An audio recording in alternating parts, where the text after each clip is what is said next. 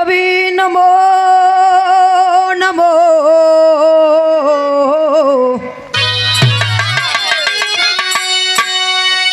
कियवी नमो नमो बिंदेश्वरी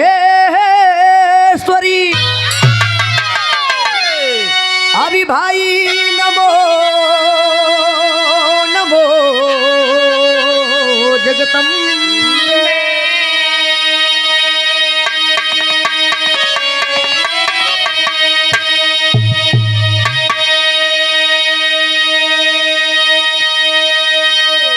किर भक्त जनों के कार्य हितमा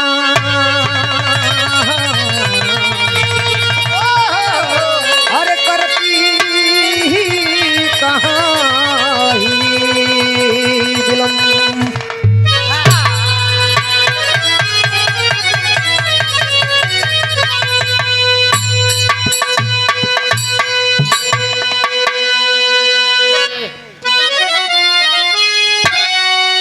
अभी पर्वतों के शीश पे माँ तेरी जय कहारी हो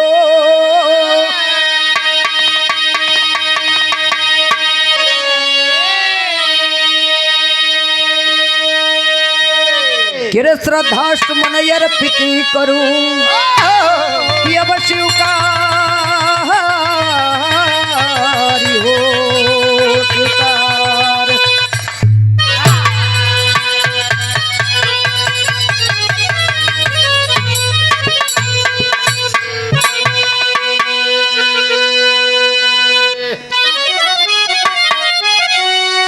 ये वो सतगुरु स्वामी अरे वाह ये वो सतगुरु स्वामी दीनी बंधु को ये भी सदा झुकई बेमार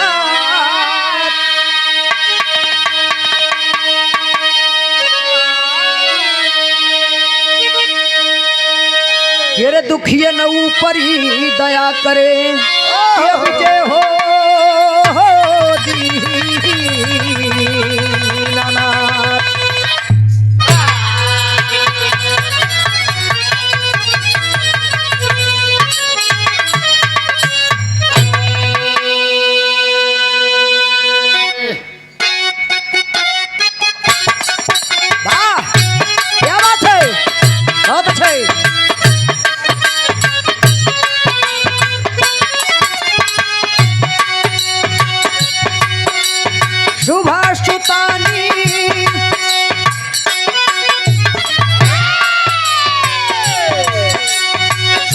सुतानी है महारानी रखिया सभा बीच में लाज तुम्ही हो माता पिता तुम्ही हो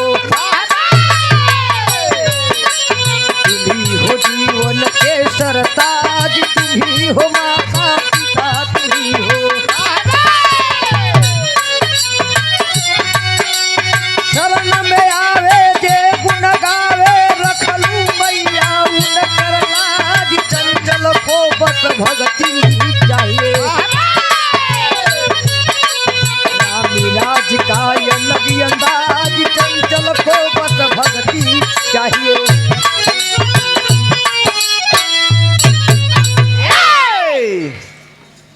हेलो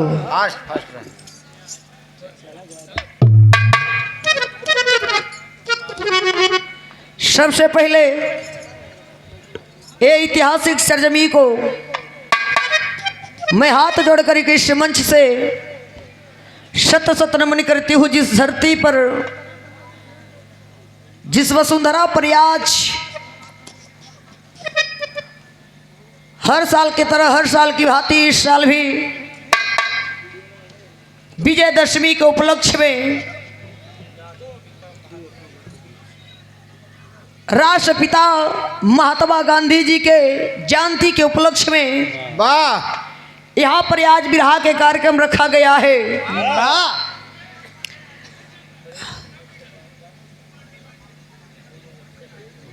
आज आप लोग के बीच में यहाँ पर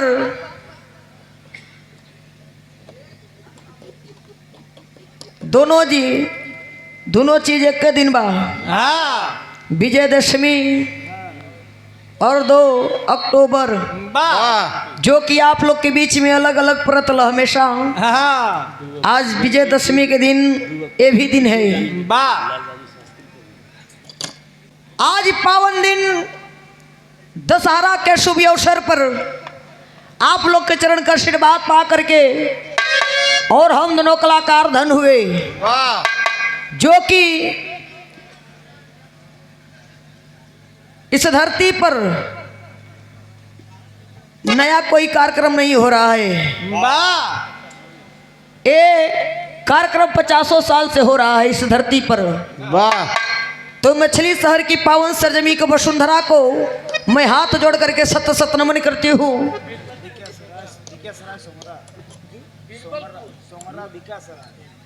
और ग्राम विकासरा सोमरा की पावन सरजमी पर आए हुए इस महफिल में, इस प्रांगण में भगवान स्वरूपी जनता जनार्दन बिरहा के श्रोता बंधु, जहां तक हम कलाकारों की आवाज जा रही है, इतना बड़ा मंच दे करके और इतना बड़ा सम्मान दे करके हौसला अफजाई कर रहे हैं। आप लोग कलाकारों का हौसला अफजाई कर रहे हैं, जमीन पर बैठ करके अपनी जिम्मेदारी निभा रहे हैं। हर साल के भांति इस साल भी इस महफिल में, इस प्रांगण में 2 कलाकार आए हैं। बगल के मंच पर मंचासीन बिरहा जगत के बड़े धुरंधर कलाकार आदरणीय हमारे बड़े भैया, जो कि आप लोग के पहले बता चुके हैं कि आज के सहयोगी कलाकार अब जवन आप लोग समझ ले ही, जो कि अपने फन के माहिर फनकार हैं। चाहे मछली शहर हो, चाहे इलाहाबाद हो या प्रतापगढ़ हो, चाहे कोई जिला हो, जिनका जलवा है। बड़े भैया हमारे बड़े आदर्श हैं आप, राकेश यादव जी, मैं आपको प्रणाम करती हूँ, आपको टीम को बहुत बहुत धन्यवाद देती हूँ। वाह कोई टूटू हो जा हम दोनों कलाकारों की ओर से, तो आप लोग के बीच में हाथ जोड़ करके हम दोनों कलाकार कि आप लोग क्षमा करिए। जे दादा बोलेला वही से टूटी हो जाला, अजय ज्यादा डोलेला वही थक जाला। वाह तो आप लोग के बीच में बड़ी सुंदर, बड़ी शानदार महफिल सजी है, और इस महफिल में बड़े शानदार लोग बैठे हैं, वाह जो कि पर्चा के मोहताज नहीं है। पहला पुरस्कार जितना भी कहले हमारे पास वो शब्द बाड़ी नहीं है। वाह हम लोग आ रहे थे तो रास्ते में दुकान पर गए थे हम लोग मिलने के लिए। वाह आज से 4 साल 5 साल पहले, लॉकडाउन से पहले मिले थे, जिनके दरवाजे पर हमारा और देवनाथ यादव जी का बिरहा था। वाह आदरणीय हमारे पिता तुल बड़े चाचा श्री प्रेम बिहारी यादव जी, वकील साहब जी की ओर से ये सादर पुणे 500 रुपये का आशीर्वाद देकर के सम्मान बढ़ाए हैं। मैं आपको हाथ जोड़ करके अपने टीम की ओर से, अपने मंच की ओर से नमन करती हुई आपको चरणों में। आइए आप लोग के बीच में बड़ी सुंदर ये आप लोग मतारी का वंदना सुल्ला है भाई की ओर से। ये धरती पर मतारी के ममता का गहराई ये धरती पर केहू न पले ना बा, न कभी ना पाई न कभी भयल पुराई। मतारी के ममता अलग होता है बाबूजी, जो कि आप लोग के बीच में भाई अपने मुख से, अपने बाड़ी से, अपने मंच के माध्यम से आप लोग के बीच में मतारी का वंदना बताए। वाह तो हम चाहते नहीं कि आप लोग का ना समय ज़्यादा लेकर के एक छोटी सा मतारी को वंदना को लाइन हो। और मास्टर साहब जी थोड़ा सा आप लोग बना के आइए।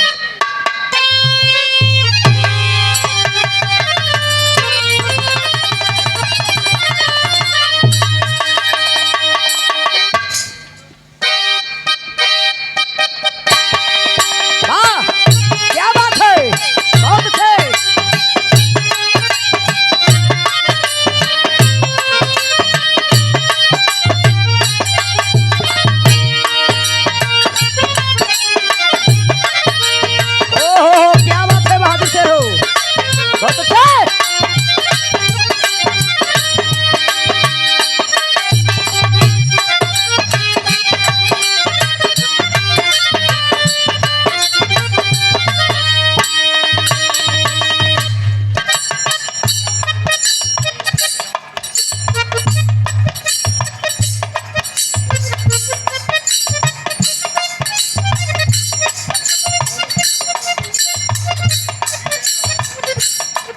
और इस भाव पर इस स्लाइड पर आदरणीय हमारे बड़े भैया विजय बहादुर यादव जी, वाह सॉरी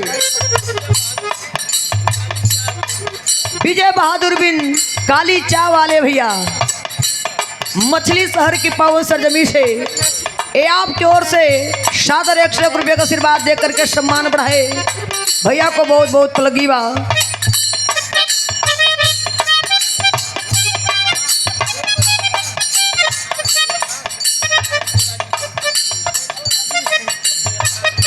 और इस सभा पर इस लाइन पर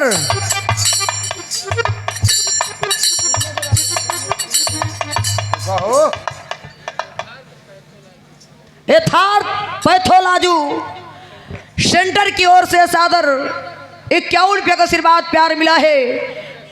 कमलेश यादव डॉक्टर साहब जी की ओर से प्यार दुलार सम्मान है। चढ़ों में कोटि कोटि प्रणाम। जनता को बहुत बहुत पलगी बा। वाह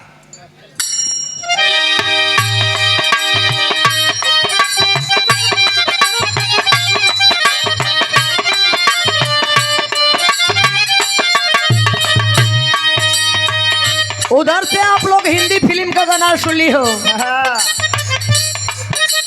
इधर थोड़ा भोजपुरी का झलक रही। कोनो चीज बढ़िया होके तो बता देवे के चाहिए। ये समाज के लिए कोनो लड़का कोनो लड़की के इंतजार करत रहल। अब के लड़का ना, आज से 50 साल पहले का लड़का लोग, वो लोग प्यार करत निभावे। लेकिन आज के जमाना कुछ और हो। वो लड़का बतावत हो कैसे।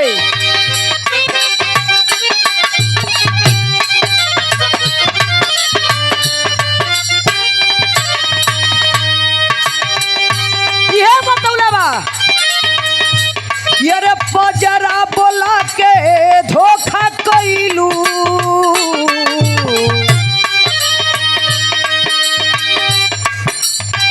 पजरा बोला के धोखा कइलू। मुअवलू काहे नैना लड़ा के।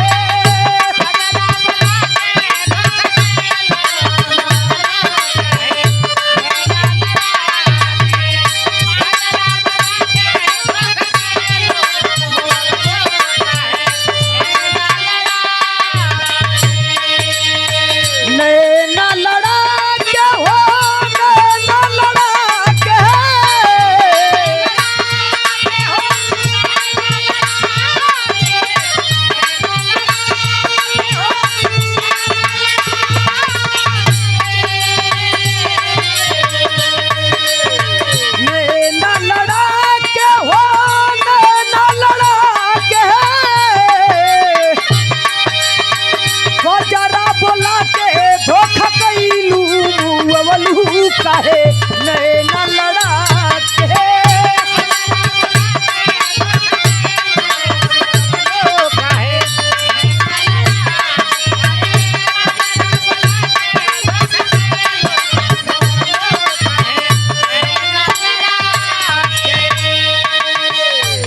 और इस भाव पर इस लाइन पर आदरणीय हमारे साहब जी डॉक्टर लक्ष्मी कांत यादव जी हमारे बड़े भैया जी की ओर से सादर 200 रुपये का पुरस्कार देकर के सम्मान बढ़ाए हैं। सदस्य जिला पंचायत वार्ड नंबर 35 मादाडी के पावन सरजमी से भैया के बहुत बहुत प्रणाम बा। जनता के बहुत बहुत पलगी बा।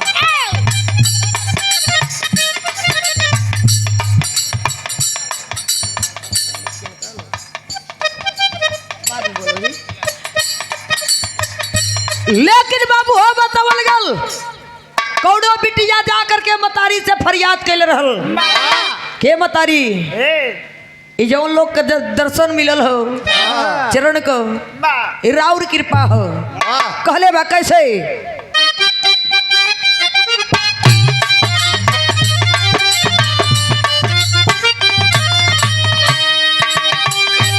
ये बिटिया बतावत बा ये सरगम सितार सोरी सजादा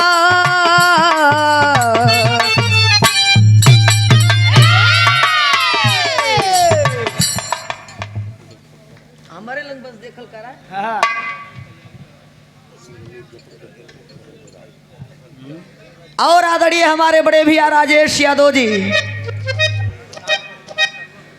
प्रधान पद के प्रत्याशी आदरणीय आपकी ओर से सादर पुणे 500 रुपये का आशीर्वाद देकर के हौसला अफजाई किए भैया को मैं चरणों में कोटि कोटि प्रणाम करती हूँ। बीरबलपुर शुंगारा की पावन सरजमी से प्यार है, यही सम्मान है।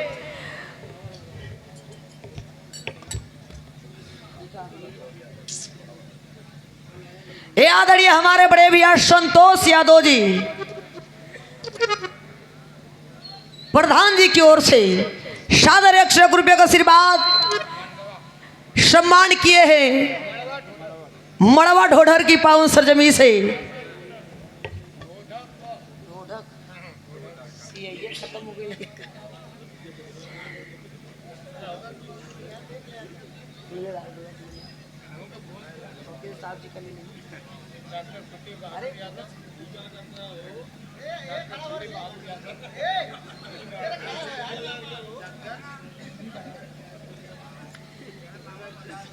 देखे जब केहू मेहरारून के लेडीसन के माला पहनावेला हाँ ते समाज का अंदाज अलग हो जाला। यही प्रेम है। वो बरमाला तो एक ही बार होला, यहाँ रोज माला पहने के होला। ये समाज का प्यार है, ये समाज हमारे लिए भगवान है। तो भगवान के अतिथि में आप लोग आए हैं। हमारे वकील साहब जी की ओर से ये पुस्तक पंखुड़ियों गुथा स्नेह प्यार सम्मान के साथ सादर 201 रुपये का पुरस्कार देकर के सम्मान बढ़ाए हैं, हौसला अफजाई किए हैं। डॉक्टर फतेह बहादुर यादव सराय बीकापुर की पावन सरजमी से आपकी ओर से प्यार सम्मान है। मैं चरणों में कोटि कोटि। ठीक है भैया, सही से हाथ उठा दे आप लोग तो परिचय हो जाए।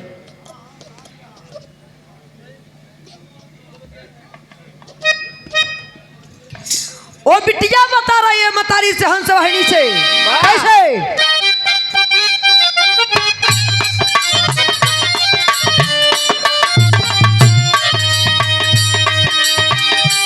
स्वर्गम सितार स्वर सजादा कियर स्वर्गम सितार स्वर सजादा गवादा हमके हीरावा बजा के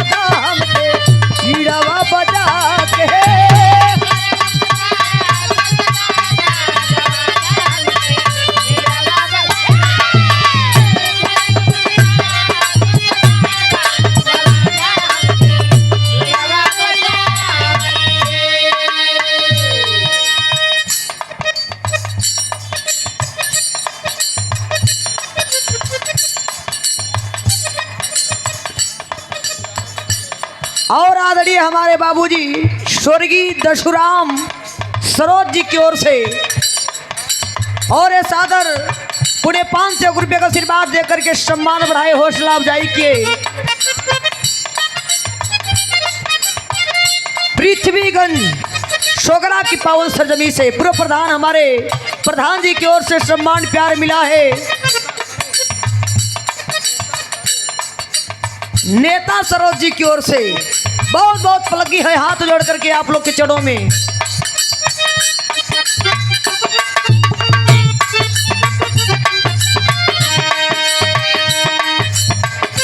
पहिला बंद में बिटिया का फरियाद बा जगह जननी हंस वाहिनी से पहले बात की तोरा शरण में के गयल कैसे बा सब भैया।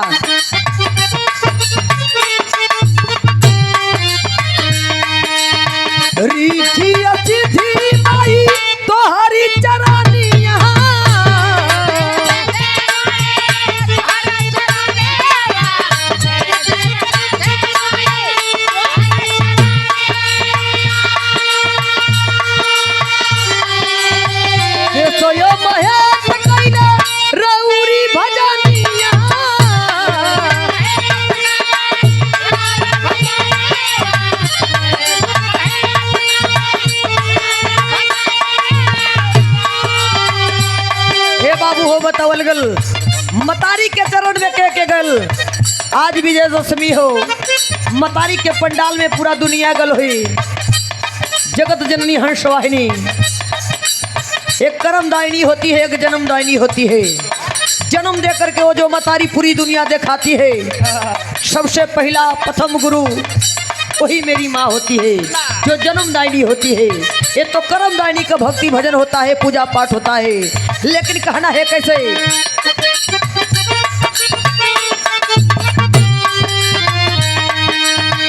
रीति अतिथि माई तोहरी चरानी यहाँ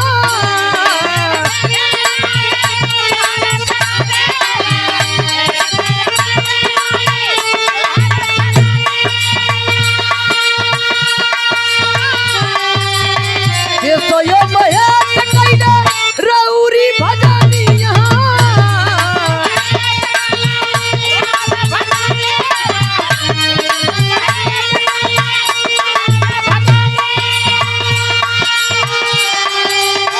बिटिया बोलावे एक बेरिया जा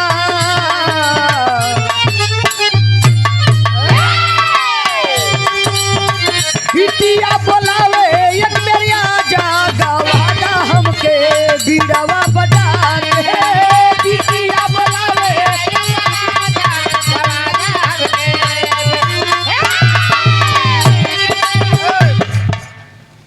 पावर ब्रेक मार दिली।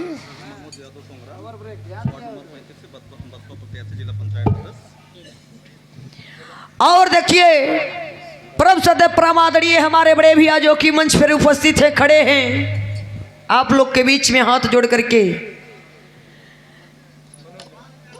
मनोज यादव जी सोंगरा की पावन सरजमी से वार्ड नंबर 35 भाजपा प्रत्याशी जो कि हमारे बड़े भैया आप लोग के बीच में जिला पंचायत पद के प्रत्याशी हैं। थोड़ा जोरदार ताली बजाइए जोरदार ताली क्या बात है। ठेकेदारों के ठेकेदार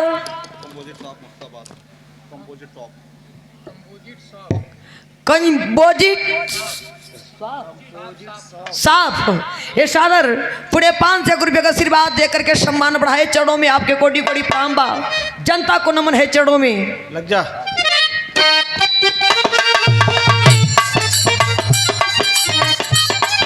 दूसरे लाइन में दूसरे बंद में दासी का फरियाद बा कहना बा कैसे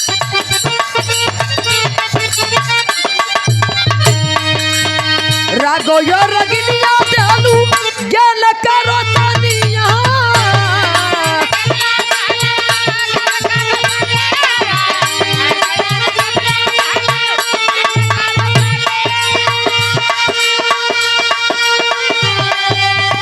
बड़ा भाग मिलल माई रौरी चरनिया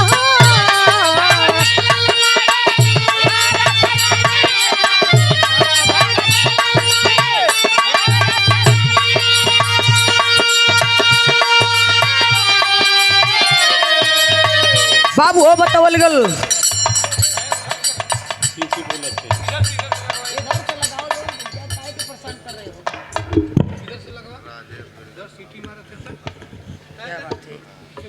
और आदरणीय देखिए हमारे बड़े भैया बिल्डरों के बिल्डर राजेश बिल्डर साहब जी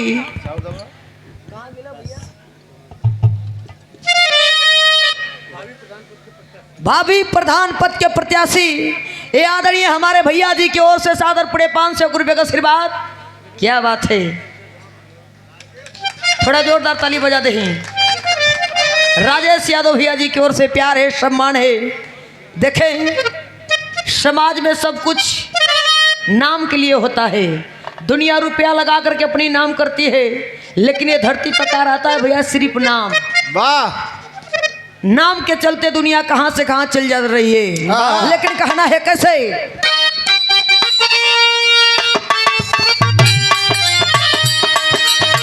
रागो यो रजनिया जानू ज्ञान करो तानिया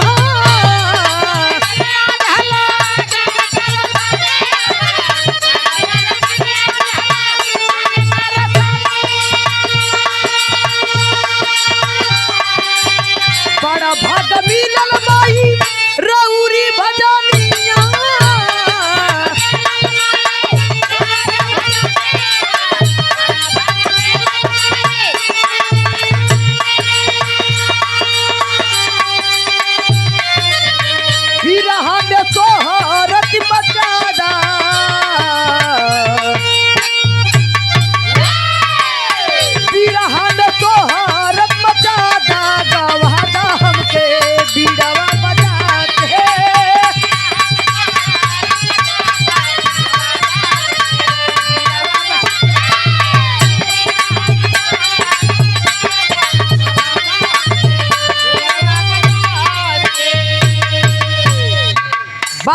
गावल गल ये लाइन कभी बंद नहीं होती है। इस लाइन को हम कलाकारों को बंद करना पड़ता है। ये मन ये भैया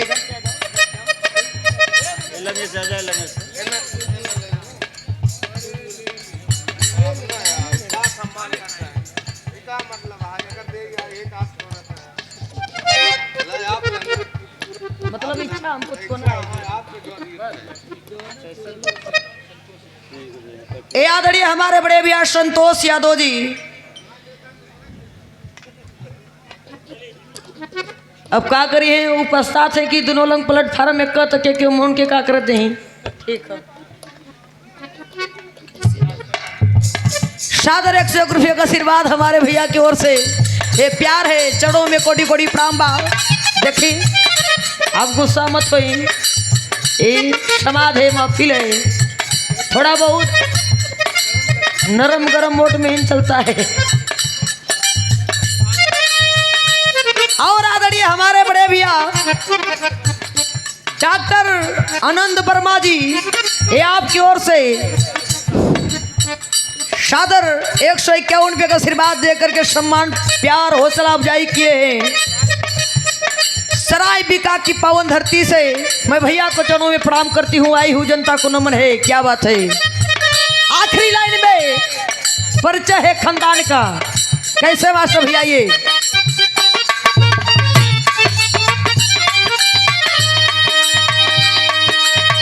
चंद्रिका के चाँद परी तो ही बैठा वालू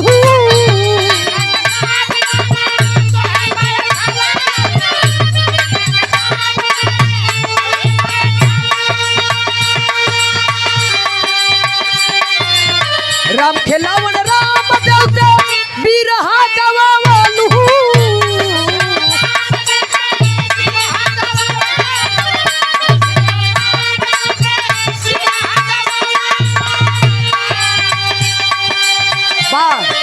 बारे कवि लोग का लेखनी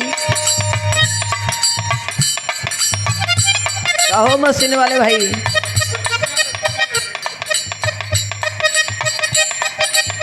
भैया से हाथ जोड़ो ले लिए, ऐसे बढ़ के धरती पर का हो। जब ना समझो तो हमके का करे के बाद यही अपराध भर चले के बाद देख ले कहाँ से मिक्स बिगड़ल भैया बना दे आप। क्या बात है। चंद्रिका के चाँद परी तो ही बैठा वालू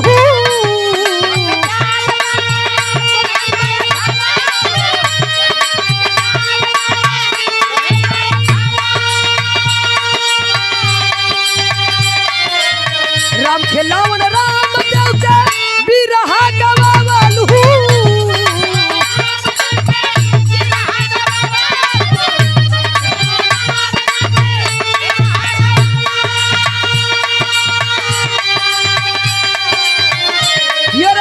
चली बोलावे एक बेरी आजा